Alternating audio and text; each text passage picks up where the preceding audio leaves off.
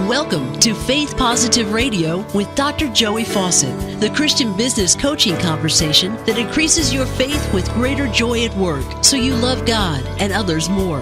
Dr. Joey interviews Christian business professionals just like you to discover their secrets for working faith positive in a negative world. Welcome to Faith Positive Radio with Dr. Joey Fawcett. Faith Positive Radio, you know how in your work, you go along and you do your work, and then sometimes you get to do your work with friends. That would be what today's episode is all about, because this guy and I are buds. Well, let me back up and say, literally, he's Bud. I'm Joey. This is Faith Positive Radio. Bud Parker is Executive Vice President and Principal of Novologic, and that's a company in Lawrenceville, Georgia, which is one of the multitude of suburbs of the Atlanta region. So Faith Positive Nation, help me welcome my bud, soon to be your bud, Bud Parker. Bud, welcome to Faith Positive Radio. Thank you, Dr. Joey. Welcome. Glad to be here. Yeah, man. Well, I'm glad you're here too, and I feel welcomed by you. That's great. Now, just in case you're keeping track, Faith Positive Nation, in case you're a regular listener or viewer of these, we have had a few other people to be on here from Novologic. Let's see, we had Jay Hassel sometime back. We had Burke Allen on here sometime back. And we had Kristen Kelleher on here recently. I must say, and then we have Bud Parker, and I must say, the four of you, Kristen was obviously my favorite. You've been my favorite too. Tell me what you do, Bud, as Executive Vice President of Novologic. Sure. Well, I work with a great group of people here at Novologic. There's another gentleman here named Jeff that I work very closely with. And we're consultants. And when you say consultant, it always makes people kind of recoil a little bit. But we're consultatives. We consult around organizational effectiveness. And that's fancy speak for we try to, in the people space of organizations, try to make their lives a little bit better and help to do things a little maybe more efficient, with a little more heart to it. We spend a lot of time looking at organizational culture. We have a whole process that we take them through because one of our core foundational beliefs is if we can make happy workers because you spend so much time at work, that's going to make you a much better husband, wife, son, daughter, brother, sister, aunt, uncle. So that's our marching orders. I love it because it really is a myth about compartmentalizing your life into a personal and professional, isn't it, Bud? I mean, that's what you see from your work in organizational effectiveness, isn't it?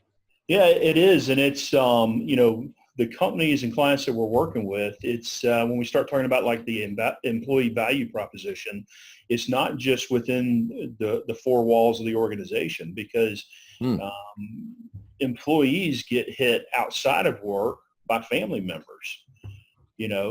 Something's in the news that's impactful. All of a sudden, they're having this conversation that it's Sunday picnic or out to dinner Sunday night or Saturday night or Friday night. So it's right. You're never really truly away from it.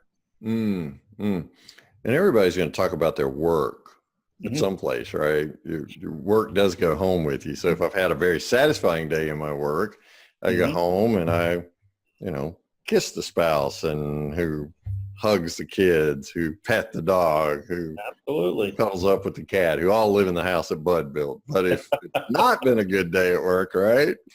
Yes. Bud stays outside for a while. Well, because you run the risk of delivering the mail to the wrong address. What you wanted to say to your boss at work, you're saying now to your spouse or maybe it's leaking out around the edges. So what are some of the key factors in organizational effectiveness to create those happy workers or workers who are at least engaged and satisfied with their work? It's interesting. We work with a lot of clients in different verticals. And each one is unique to a certain point. Okay. And once you get above that point of uniqueness, it comes down to people. How do you treat people? How do you do, what are you doing for your people in order to get the best out of them and the best for them? Okay. And so it seems to be a universal theme there.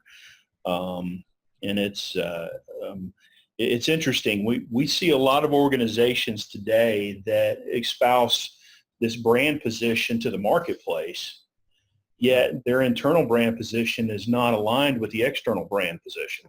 And so that creates inefficiencies, it creates dysfunction and conflict. And so, and that's what I mean by it comes down to people. You deliver the right people and the right experience internally, you're going to deliver on the external brand brand experience. So you mean there are companies who treat the customer better than they treat the employees? Many, many times. So what's that all about, bud? I mean, besides the obvious that we live in a broken and fallen world. We do. We definitely live in a broken and fallen world, and that, and I think some of it's muscle memory, quite frankly. And what I mean by that is, 25, 30 years ago, you could go to Madison Avenue and buy a brand. And that didn't necessarily have to represent the internal brand of the organization. And you could, if you didn't like the way the external brand was going, you could crumble it up, throw it away, and go get you another one. As we've moved into the 2000s and the advent of social media and the internet, and there's a transparency between the external brand and the internal brand now. And so if it doesn't match, you're going to know very quickly that it doesn't match. And then you're going to, obviously trending things have an impact. Yeah, and it used to be people would complain about their jobs or how the boss treated them or something, but it was at that Sunday picnic you were referencing earlier. Now they get on social media. Absolutely. The world knows it.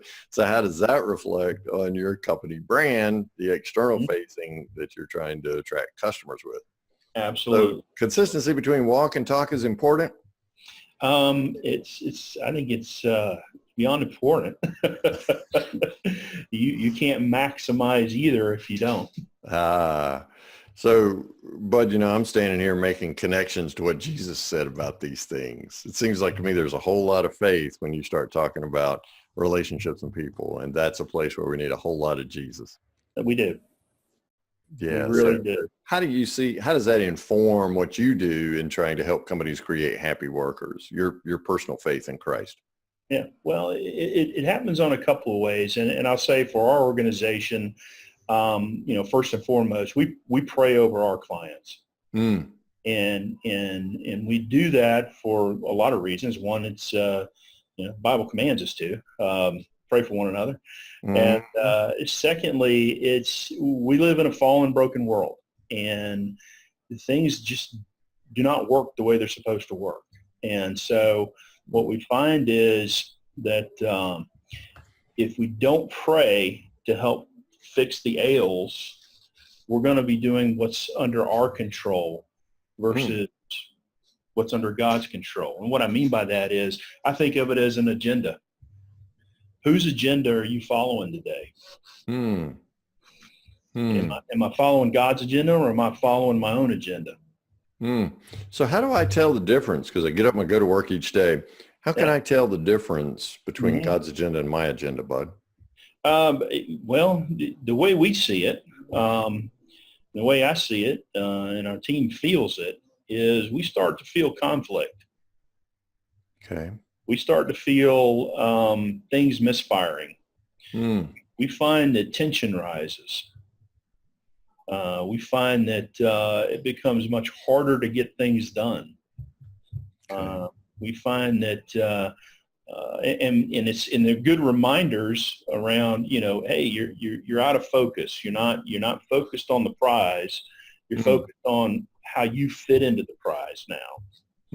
And so, and that's something that we use as a lens a lot of times in working with clients. And what I mean by that is that sometimes there are biases, preconceived biases or unconscious bias that we experience. And so when those biases start to creep in, that's not his agenda.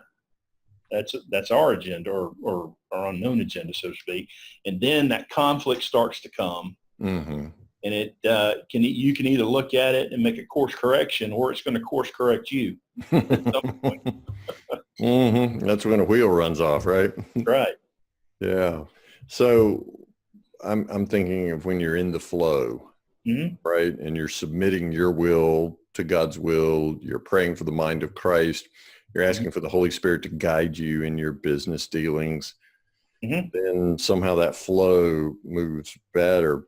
What about though when you feel like you're following God's agenda, but things get hard? Because it seems like I read something in the book of James about I'm supposed to be joyful whenever I'm supposed to rejoice when things get hard. What about when those things come up and yet you're convinced that you're following God's plan?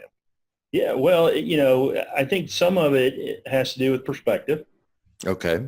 So, as you and I have chatted before, there's a go-to verse or verses in the Bible that I tend to hold on to dearly, and it's James 2-8. First James 2 verses 2-8, and I'll paraphrase it, but basically, be joyful in your tribulations and trials and conflict, because God's working in you to perfect you. Mm. And during that time, you should pray for wisdom and guidance, and have that faith that you're going to be given it. Because if not, you're like a ship being tossed around by the wind on a sea. Mm. And so as I approach my personal life and my professional life, I look at a client and I see the turbulence that they're going through and tribulation they're going through, and share with them, okay, this means you're being worked on. Okay, now let's get aligned on this work. Mm-hmm. Realize we're going somewhere. Mm. And what else I found too is that many times when we're doing the right work, Mm-hmm. we come under attack as well. Mm. And that's the source of the tribulation there. Mm-hmm. Mm. It is, and it's and that's when we also step back and we pray a little harder, Mm-hmm. and we pray for the wisdom and the vision and the guidance, to help our team and our clients guide through this, because it's that's, to me, is an exciting part too, because you start coming under attack by the enemy, Mm-hmm. you're doing the right thing. Which is totally counterintuitive Mm-hmm. to what the world tells us, because the world would say, Bud, that sounds awfully masochistic to me. Yeah. You're rejoicing in trials, and I thought we were supposed to avoid trials. Mm-hmm. But because we're living in a broken and fallen world, when we're following God's plan, following God's agenda, and doing business God's way, Mm-hmm. then is when the deceiver starts trying to beat up on us and these tribulations come up. Absolutely. So how do you recognize those tribulations? How do you recognize those as coming from the deceiver? Again, it kind of goes back. I think at some levels it's the agenda conflict that Okay. I was mentioning earlier, is that there are times we do a lot of work also with faith-based organizations. Okay. And we've been working with a number of them with a global reach to them. And all of a sudden, when you start to feel this synergy happening, then all of a sudden you get this little tangential piece that comes in. You're like, wow, where did that come from? And you go, we're on the right path. So it just doesn't fit. It doesn't fit. All of a sudden it's like, well, maybe my view on this is a little clearer than your view, or the collective view. And you're like, well, maybe not. Oh, I know. Yeah, that's the time when you do a gut check, right? And Yeah, here's what I'm experiencing. Is anybody else seeing this besides me? What's your take on it? So it's an opportunity to collaborate, really spiritually discern what's going on in the process. Yeah. And it's in a lot of times, the busyness of it, you get super busy, and that can distract you, that can create conflict. You're so busy, also like, oh, I'm not going to talk to God about that today because I'm so busy. I need to move on over to this. And you're like, And all of a sudden, it's like things are coming off the rails a little bit. Let's step back. Let's get back on the rail.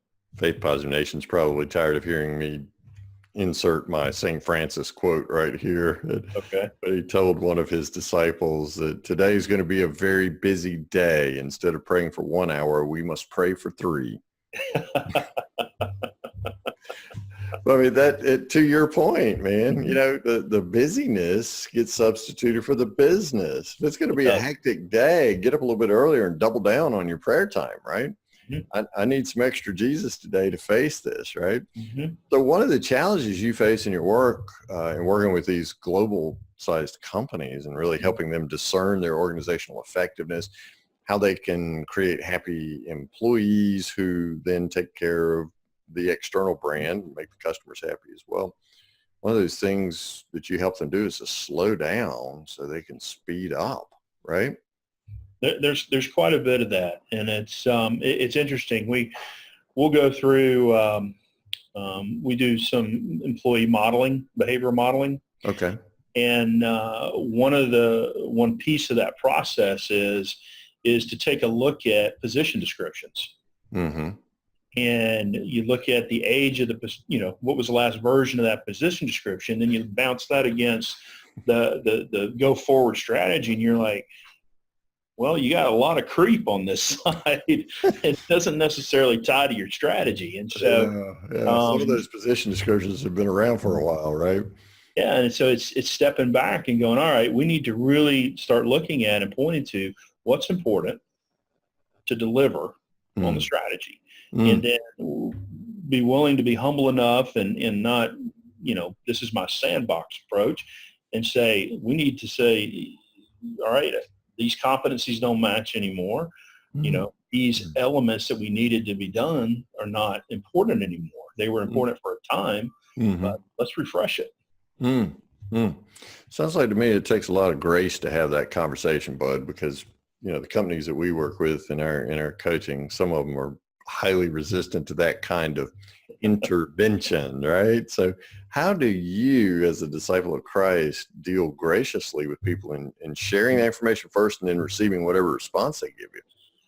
I think it really starts with a couple of things. Novologic's been around for 20 years, and we have just been incredibly blessed to work with some fantastic brands, globally recognized brands.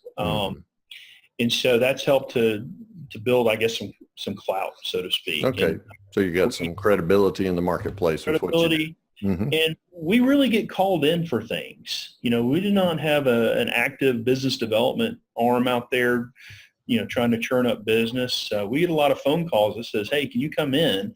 We heard what you did over here. And so we get quite a bit of that. And I think the third part of it is we come across are very authentic.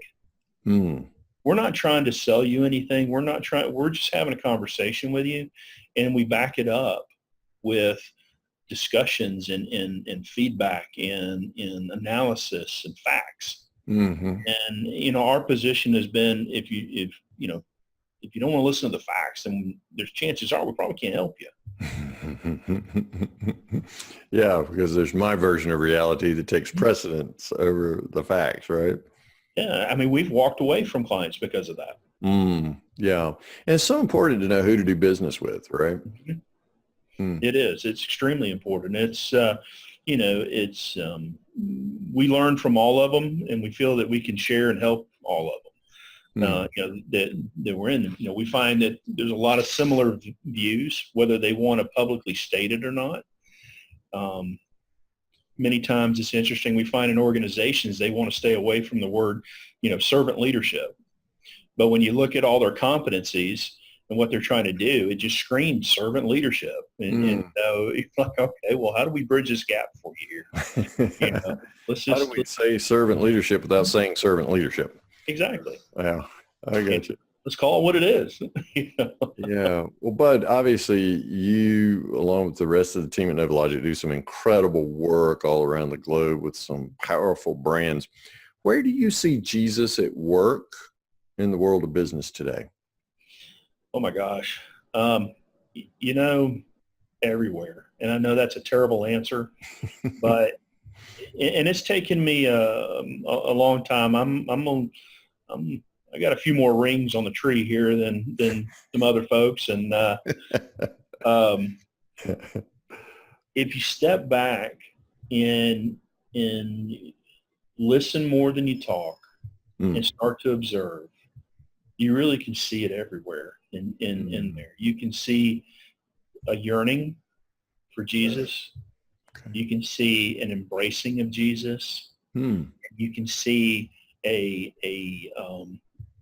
many times an enemy to Jesus in there. And so it's turning that, for me, it's been putting that lens on, walking into an organization and going, is Jesus here? If he is here, how do we just talk about it openly and spread it? And if it's over here nurturing, yet organizationally they don't really embrace it, how do we pull them along the continuum in the right way?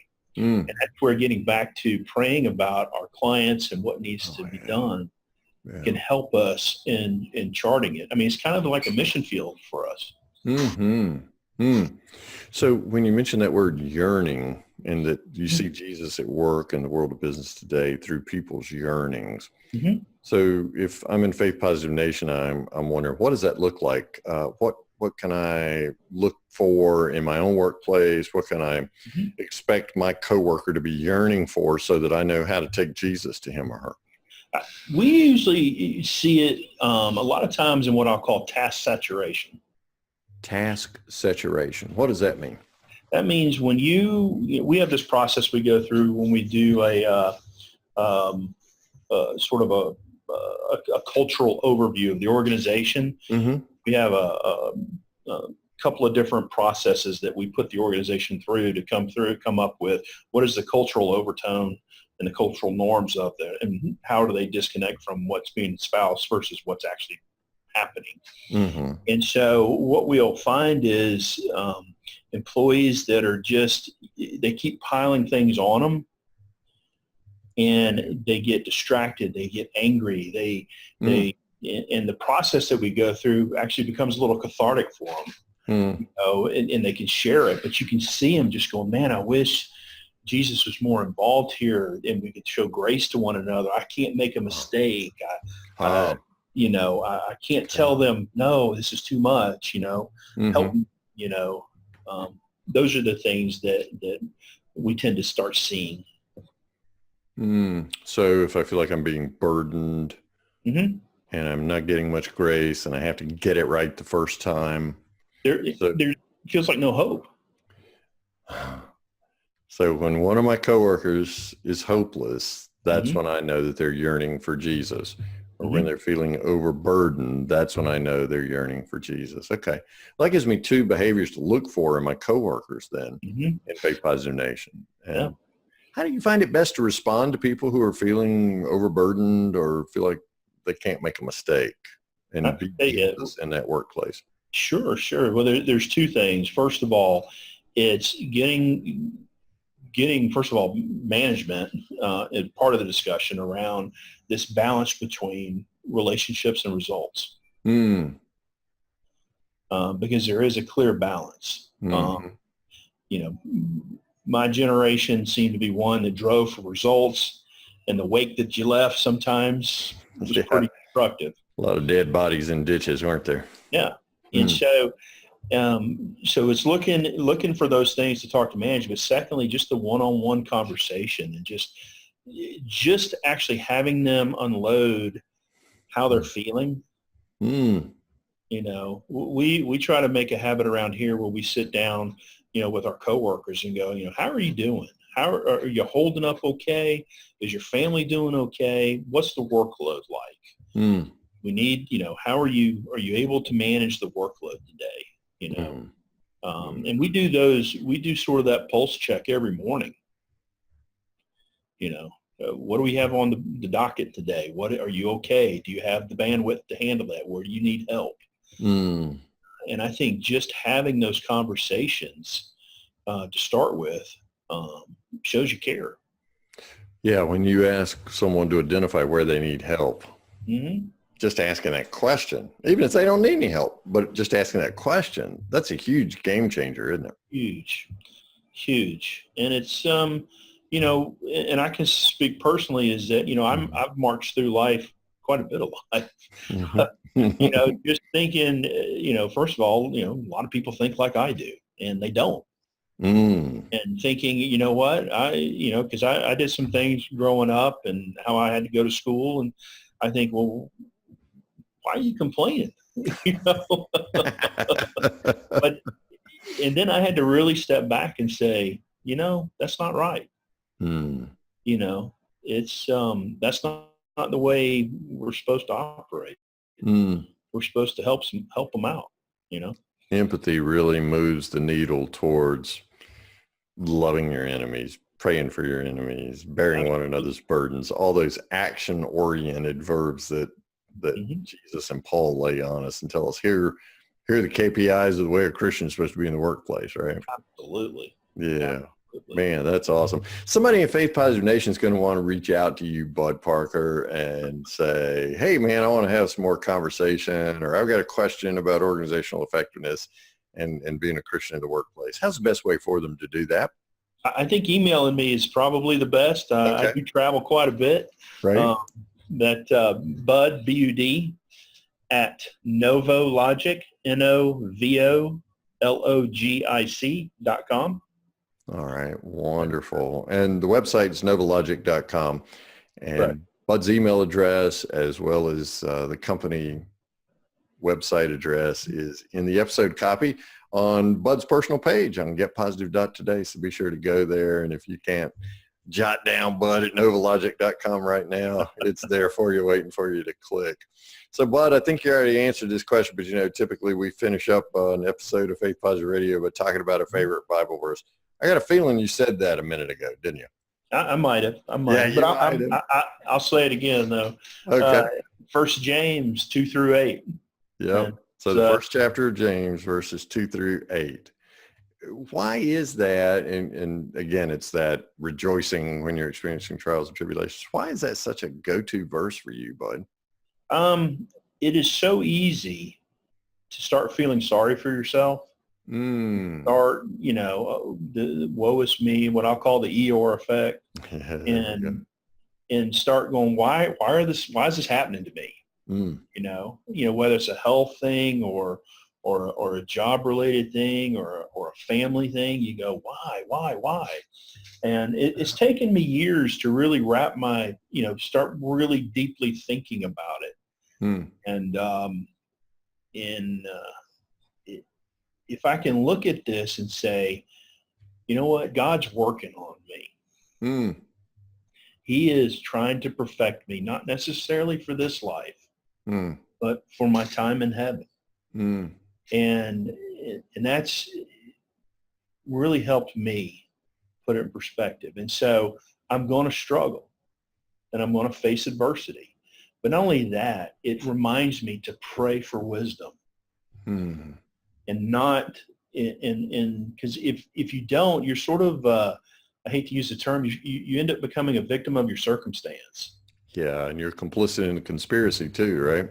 Exactly. And so if I'm going to say, you know what, man, and I've had health issues, I've had, personal challenges and family challenges and and deaths and so forth, and I just go, you know what, I know you're working on me. I don't understand it, but I'm going to pray for the wisdom and the words because I don't want to be blown around in the wind. That's beautiful, Bud. And Christ is an anchor, right? And he really is our resting place. Wow. And I love that imagery of being perfected. Some of that's for this life, but then perfected for heaven as well. That's a new one for me also. I